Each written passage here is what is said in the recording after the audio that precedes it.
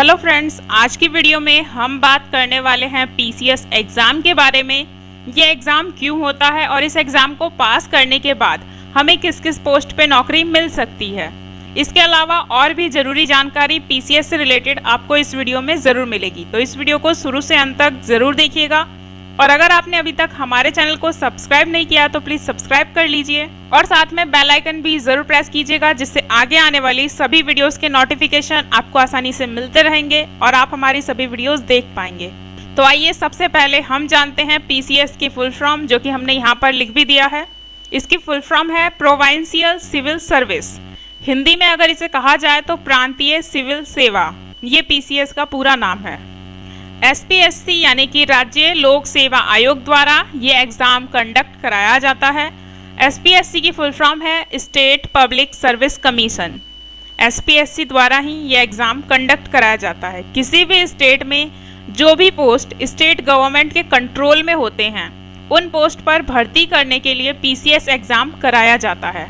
जब आप पीसीएस का एग्ज़ाम क्लियर कर लेते हैं तब आपको इस टाइप के पोस्ट पे आपको नौकरी मिलती है, जैसे कि एसडीएम, डीएसपी, एआरटीओ, बीडीओ, जिला खाद्य विपणन अधिकारी आदि अलग अलग विभागों में आपको उच्च पदों पर नौकरी मिलती है। और जब आप एक बार किसी भी स्टेट के पीसीएस बन जाते हैं, उसके बाद आपको दूसरे स्टेट में ट्रांसफ़र नहीं किया जाता है, यानी कि आपको ट्रांसफ़र नहीं मिलेगा दूसरे स्टेट में। इस एग्ज़ाम में हर साल लाखों स्टूडेंट्स पार्टिसिपेट करते हैं, लेकिन उनमें से कुछ स्टूडेंट्स ही पास हो पाते हैं जिन्हें की नौकरी मिलती है। तो आइए बात करते हैं इस पीसीएस एग्ज़ाम के एलिजिबिलिटी क्राइटेरिया के बारे में। सबसे पहले तो पीसीएस एग्ज़ाम देने के लिए आपको किसी भी रेपुटेटेड यूनिवर्सिटी से पहले बैचलर ग्रेजुएशन की डिग्री कंप्लीट करनी ज़रूरी है। आपके पास बैचलर डिग्री होनी ही चाहिए, तभी आप इस एग्ज़ाम को दे सकते हैं।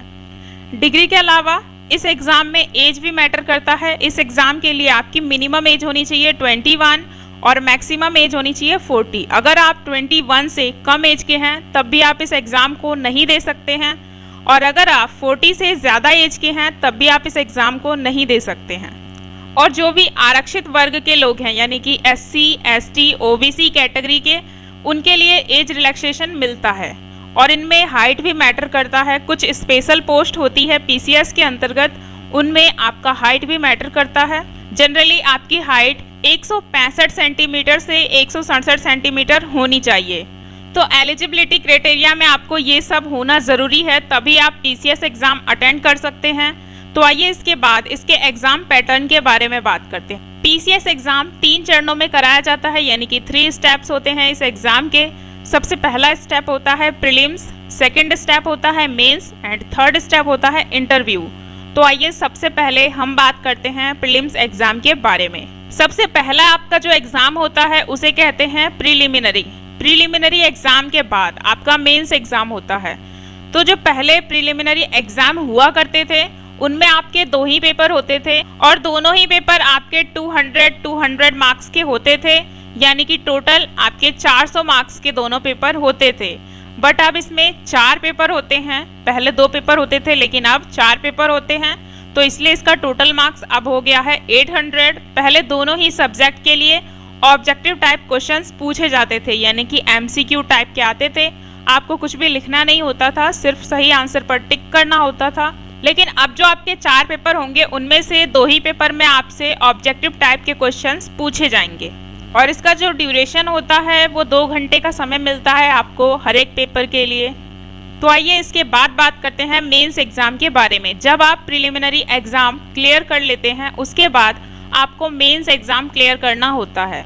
मेंस एग्ज़ाम भी आपका प्रीलिमिनरी एग्ज़ाम की तरह ऑफलाइन मोड में होता है, यानी कि ये एग्ज़ाम भी आपका रिटन होगा, और इसका जो ड्यूरेशन है वो आपको हर एक सब्जेक्ट के लिए 3 घंटे मिलते हैं, यानी कि हर एक पेपर में आपको 3 घंटे का टाइम दिया जाएगा, और इसमें आपके टोटल 8 पेपर होते हैं। इसमें आपका जो एग्ज़ाम होता है, हर एक एग्ज़ाम के बीच में आपको 1 हफ्ते का गैप मिलता है। और इसका जो मोड है ये तो आपको पता चल गया, एग्ज़ाम का मोड है ऑफलाइन, ये रिटन एग्ज़ाम होगा आपका।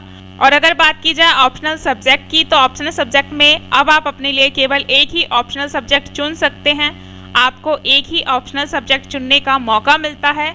ऑप्शनल सब्जेक्ट आप अपने इंटरेस्ट के हिसाब से चुन सकते हैं। अलग अलग स्टेट में पीसीएस एग्ज़ाम अलग अलग तरीके से होता है। जैसे कि छत्तीसगढ़ और राजस्थान, उत्तराखंड में जो नेगेटिव मार्किंग का स्कीम है वो लागू है, और कुछ ऐसे भी स्टेट है जहां पर नेगेटिव मार्किंग का कोई स्कीम नहीं है। तो इसलिए इनमें थोड़ा जो एग्जाम पैटर्न है वो कुछ स्टेट का थोड़ा बहुत अलग होता है, लेकिन सब में यही 3 स्टेप होते हैं। सबसे पहला प्रिलिमिनरी एग्जाम, दूसरा मेंस एग्जाम और तीसरा होता है इंटरव्यू।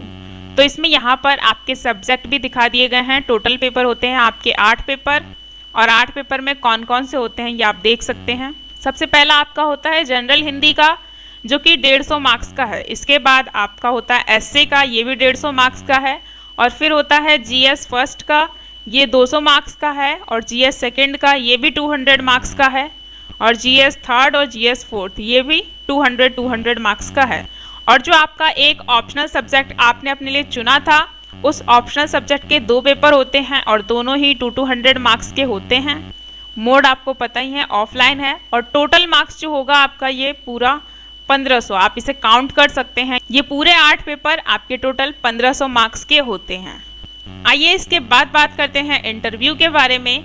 जब आप मेंस एग्जाम क्लियर कर लेते हैं, उसके बाद आपको इंटरव्यू के लिए बुलाया जाता है। जो इंटरव्यू होता है आपका, ये पूरे 100 मार्क्स का होता है। और इंटरव्यू का जो आपका मार्क्स मिलता है ये मेरिट में जुड़ता है।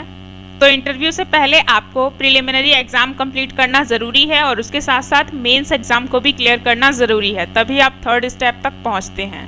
इंटरव्यू के बाद अगर हम बात करते हैं यूपीपीएससी के ऑप्शनल सब्जेक्ट लिस्ट के बारे में, आपके पास ऑप्शनल सब्जेक्ट की कुछ ये लिस्ट होती है। इनमें से आप कोई सा भी सब्जेक्ट अपने इंटरेस्ट के हिसाब से चुन सकते हैं। Agriculture, zoology, chemistry, physics, mathematics, geography, economics, sociology, philosophy, geology, psychology, botany, law, animal husbandry and veterinary science, statistics, और इसके बाद है मैनेजमेंट और political science and international relations, history, social work, anthropology, civil engineering, mechanical engineering, electrical engineering, commerce and accountancy, public administration, agricultural engineering, defence studies, medical science. तो आपके पास इतने सारे subject हैं ऑप्शनल के लिए। आप इनमें से कोई भी एक सब्जेक्ट अपने इंटरेस्ट के हिसाब से चुन सकते हैं, और उस एक सब्जेक्ट का आपका 2 पेपर लिया जाएगा, और दोनों ही पेपर आपके 200 मार्क्स के होंगे। यानी कि आपके 400 मार्क्स आपके ऑप्शनल सब्जेक्ट से ही मिलते हैं। तो आइए इसके आगे हम बात करते हैं सैलरी के बारे में और साथ में पेंशन के बारे में। तो पीसीएस की सैलरी और पेंशन दोनों ही सरकार के हाथों में होता है। आपकी सैलरी स्टेट के अकॉर्डिंग अलग अलग भी हो सकती है, क्योंकि जितने भी स्टेट है सभी में पीसीएस की सैलरी अलग अलग होती है। जब आप एक बार पीसीएस बन जाते हैं किसी भी स्टेट के, तो फिर आप अपना ट्रांसफ़र कहीं और नहीं करवा सकते हैं। पीसीएस का ट्रांसफ़र नहीं होता है, और पीसीएस से आपको आईएएस के पोस्ट तक प्रमोशन पाने में कम से कम तो 18 से 17 साल लग जाते हैं। और ऐसा भी हो सकता है कि आप पोस्ट प्रमोशन पाने से पहले ही रिटायर हो जाएं। तो इसलिए इसमें पोस्ट की जो प्रमोशन है वो बहुत ही स्लो होता है। और अगर बात की जाए सैलरी की, तो इसमें आपको जो लगभग सैलरी मिल सकती है वो आपको मिलेगी 15,600 से लेकर के 67,000 तक। ये पर मंथ की आपकी सैलरी है, 15,000 से लेकर के 67,000 तक पर मंथ। आइए इसके बाद हम बात करते हैं कि जब हम पीसीएस एग्ज़ाम क्लियर कर लेते हैं तो हमें किन किन पोस्टों पर नौकरी मिल सकती है। तो यहाँ पर कुछ इम्पोर्टेंट पोस्ट के नाम दिए गए हैं जिन पर आपको नौकरी मिल सकती है, जैसे कि assistant account officer, commercial tax officer, district monitor welfare officer, district food marketing officer, assistant commissioner, इसे कमर्शियल टैक्स भी कहते हैं, और एग्जीक्यूटिव ऑफिसर यानी कि Panchayati Raj, naib tehsildar, deputy superintendent of police, deputy collector, executive officer यानी कि नगर विकास, ब्लॉक डेवलपमेंट ऑफिसर यानी कि बीडीओ, असिस्टेंट रजिस्ट्रार यानी कि कॉरपोरेट ऑफिस। तो ये सारे पोस्ट के नाम हैं, कुछ इंपॉर्टेंट पोस्ट। इनमें से आपको किसी भी पोस्ट पर नौकरी मिल सकती है पीसीएस एग्जाम को क्लियर करने के बाद। तो thank you so much for watching this video. अगर आपको हमारी ये वीडियो ज़रा भी हेल्पफुल लगी हो तो प्लीज़ एक लाइक ज़रूर कर दीजिएगा, और हमारे चैनल को सब्सक्राइब करके बेल आइकन ज़रूर प्रेस कीजिएगा, जिससे आगे आने वाली सभी वीडियोस के नोटिफिकेशन आपको आसानी से मिलते रहेंगे और आप हमारी सभी वीडियोस देख पाएंगे। Thank you so much for watching this video.